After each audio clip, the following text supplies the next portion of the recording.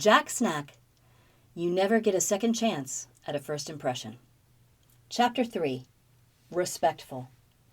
Respect, in my mind, includes a degree of kindness. Sometimes respect also includes admiration. I've heard many couples, blissfully married, say that respect, more than anything else, is responsible for keeping their marriages intact. I'm reminded of Aretha Franklin's first track on the album I Never Loved a Man the Way I Love You, written by Otis Redding, Respect. You may recall the lyrics. R-E-S-P-E-C-T. Find out what it means to me. R-E-S-P-E-C-T. Take care, TCB. Take care of business. She's asking for a little respect in her life, as it means so much to her. What does it mean to you?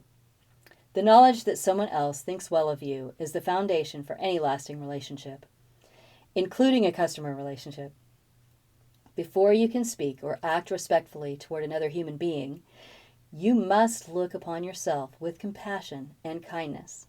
Each day, you must face yourself and say, I'm a good person. I'm a remarkable person. I believe in me completely.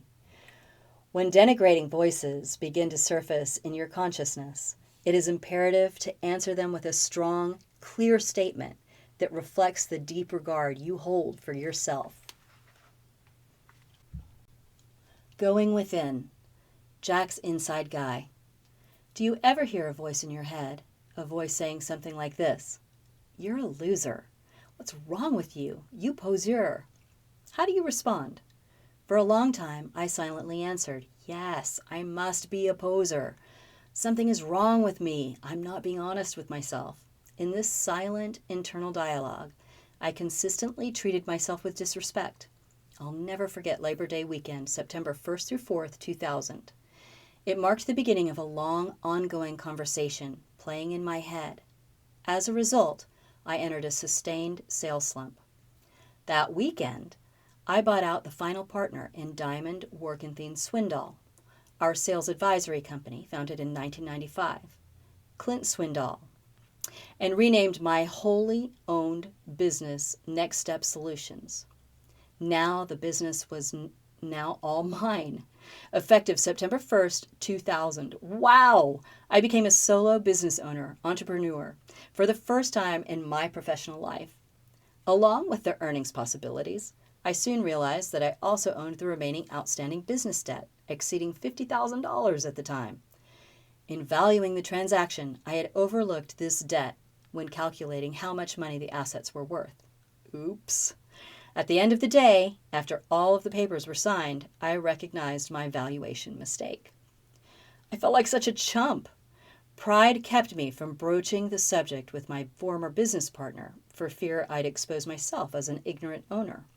I was embarrassed and mad at myself.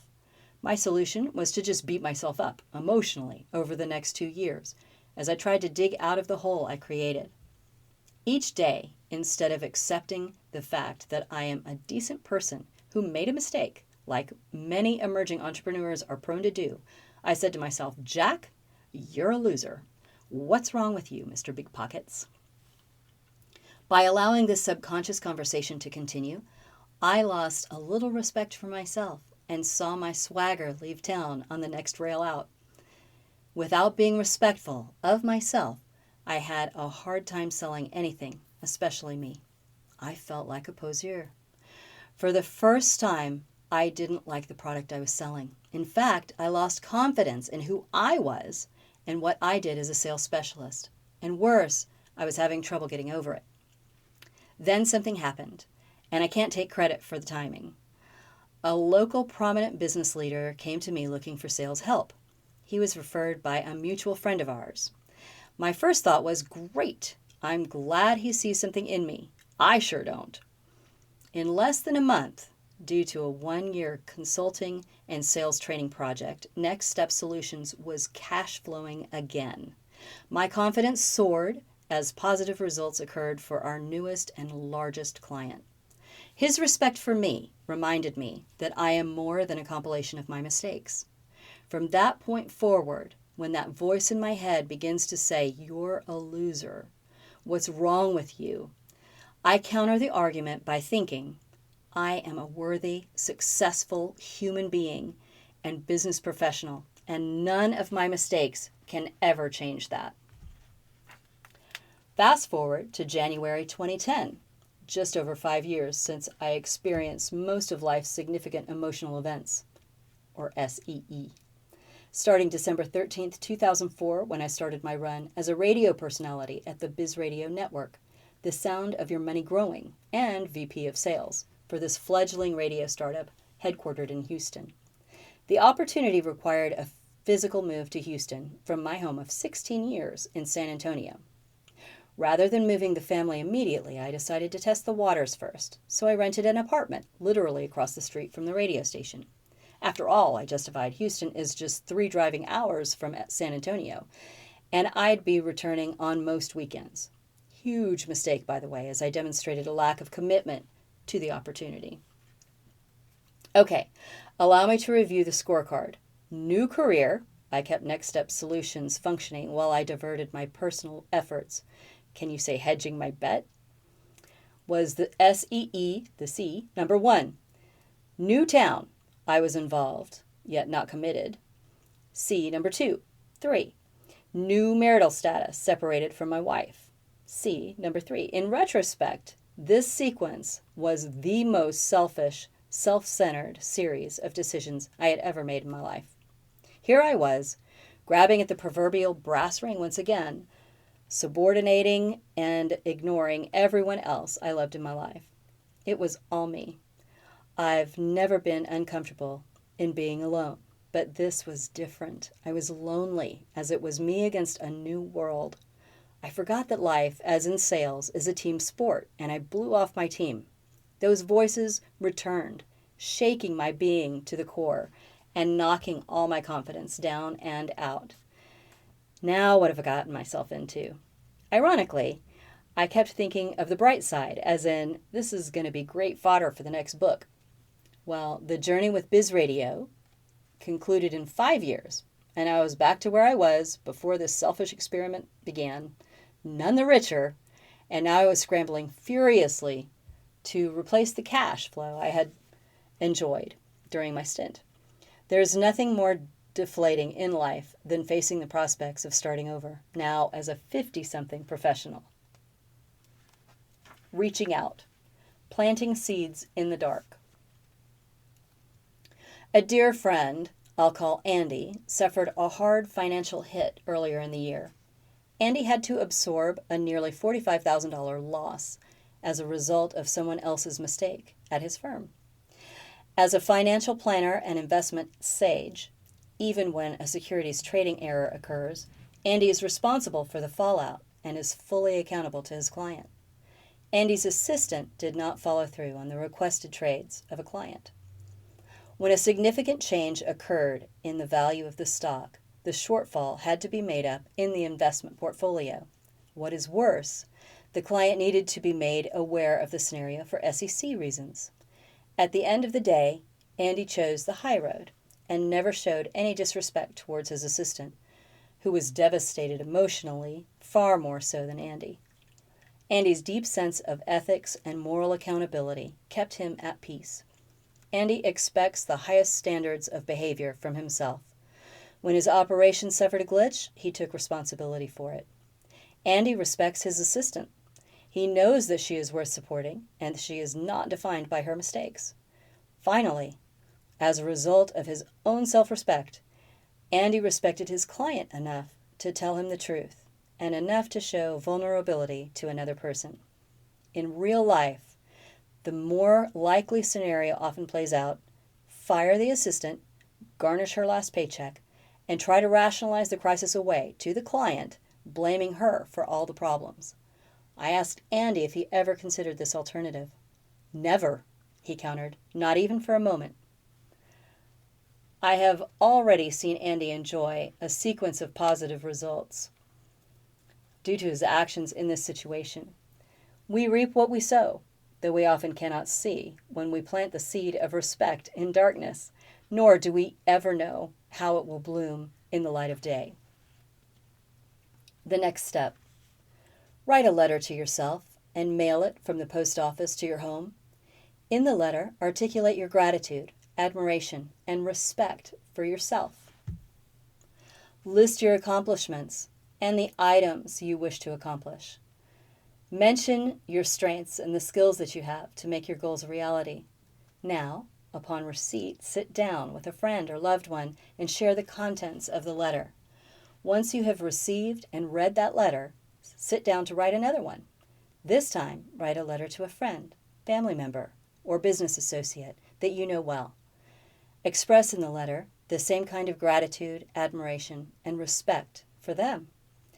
List the things that you've seen them accomplish and how they have had a positive impact on you. You can choose to mail the letter or not mail it, depending upon how vulnerable you want to be. Let me point out, however, that the more vulnerable you are willing to be in your relationship with others, the more successful your relationships will be. Building blocks to successful sales. We have been doing it all wrong. Most of us have been taught how to sell in a way that directly contrasts to how customers really buy. Even IBM, my first corporate job, taught us the logical selling process. It may have been logical to the highly paid IBM faculty, and likely most other sales training platforms. It resembled a snowman. Visualize 4 balls that comprise a snowman, with the head being the smallest, discovering, 10%. The next ball, slightly larger, matching, 20%, followed by even a slightly bigger circle, resolving, 30%, and the base being the largest, closing, 40%. The 4 words, in parentheses, are the words that define the 4 steps we use during any sales situation and the approximate amount of time we invest in that segment. In reality, we should turn that snowman upside down and reverse the percentage of time invested in each stage of the sales process. Said another way, we should invest 40% of our time in discovering the needs of our customers and 10% of our time opening, or AKA closing, the account, relationship, case, or whatever you call it. The selling process must mirror the buying process. Like any good relationship, you must both give and receive sales by definition. And it is a relationship, not a transaction. Ask them questions about their area of expertise and discover who they are as a person. In exchange, show a real interest in how you can be of service to them. Once you have opened a sale with a customer, then you have begun the relationship with them. From that moment on, you are involved in maintaining a relationship with that person. They may buy from you again, or they may not. Be assured, however, that if you employ each of the characteristics and actions in this book as you interact with them, you will enrich both your life and your business. The first building block to building the kinds of relationships that lead to sales success is a balanced approach to sales excellence, or BASE. The word balance is tossed around a lot these days, the word balance is tossed around a lot these days, but what does it really mean? I think that it refers to each ingredient of a person's life and understood on a routine basis. These 5 areas are spiritual, physical, psychological, personal, and professional. So, on a routine basis, you will need to exercise, develop your mind through reading and inquiry, connect with the spiritual or divine presence, and express your emotions in a clear and healthy way. If you have an addiction in your life, such as smoking, drinking, gambling, etc., now is the time to seriously consider eradicating that addiction from your life. As long as you are addicted, you are not balanced, because addictions cover up emotions and they compromise your health. Entire books have been written about balance. I will take a moment here to say that the primary building blocks that build everything I talk about here are your values. What are your values? One of my main values is family, and another one is financial security. I have a friend who values creativity and good health as primary priorities. You can look at other people's lives and easily see where their values are. A man and woman who work over 60 hours a week and have 2 neglected children probably value financial security or professional achievement over family. A person who jogs every day and eats junk food for most meals values quick gratification over health, even though they exercise. It's easy to see what other people's values are. Try to take an objective look at yourself and write down at least 3 core values. The second building block is clear vision. I can't stress how important this is. Your vision is your way of truly creating what you want. Sit down every day for a week and write down a description of your vivid vision.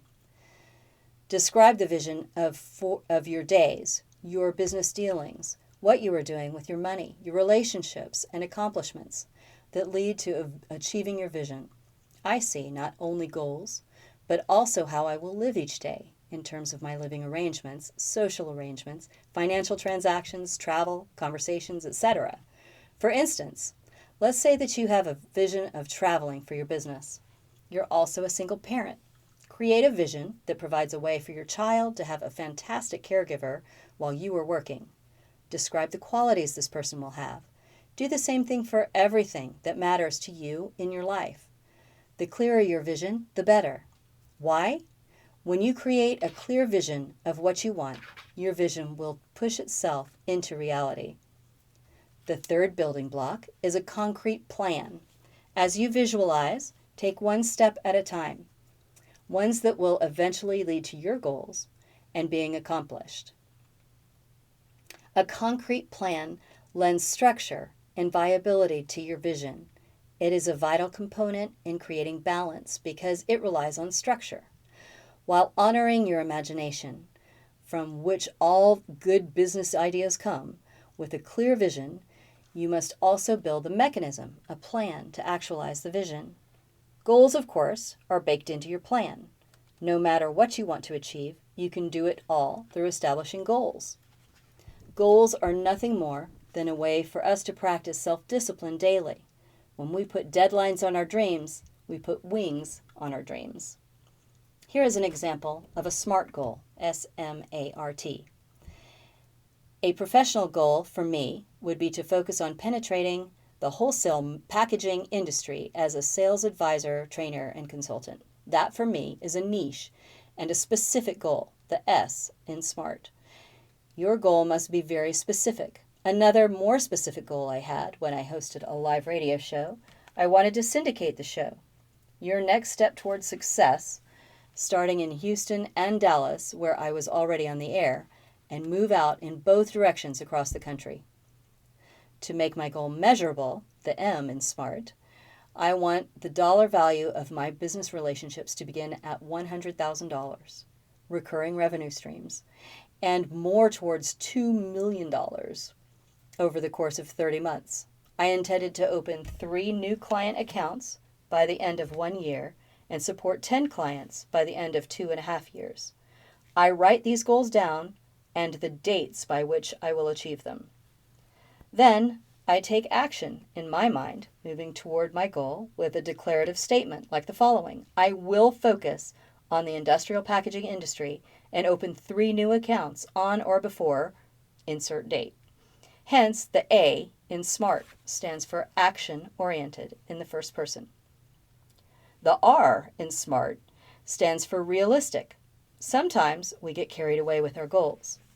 If you wrote that you will increase your client base by 500 times within a 2-week period, you may need a reality check. Make sure that your goals are actually reachable in your estimation, or they will become disincentives for you. Finally, T stands for timely. Someday is not timely. Neither is around 10 years from now. Let your goal have a clear start and stop date, preferably completed within a 1 to 3 year period of time. Each goal requires quantifiable or measurable results and dates by which those results will be achieved, and action statements that lead you to achieving the results. You're going to be doing a bit of writing for just 1 year. Keep your calendar and calculator handy. You will find that these pieces of paper become your touchstones as you move methodically toward your success. Oh, I almost forgot. One of the most important aspects of creating your goals is to share them with others. Ask for support and buy-in from your colleagues, friends, and family. Carry your goals with you always, each day. Read your goals out loud to yourself. Just hearing them will move you toward them faster.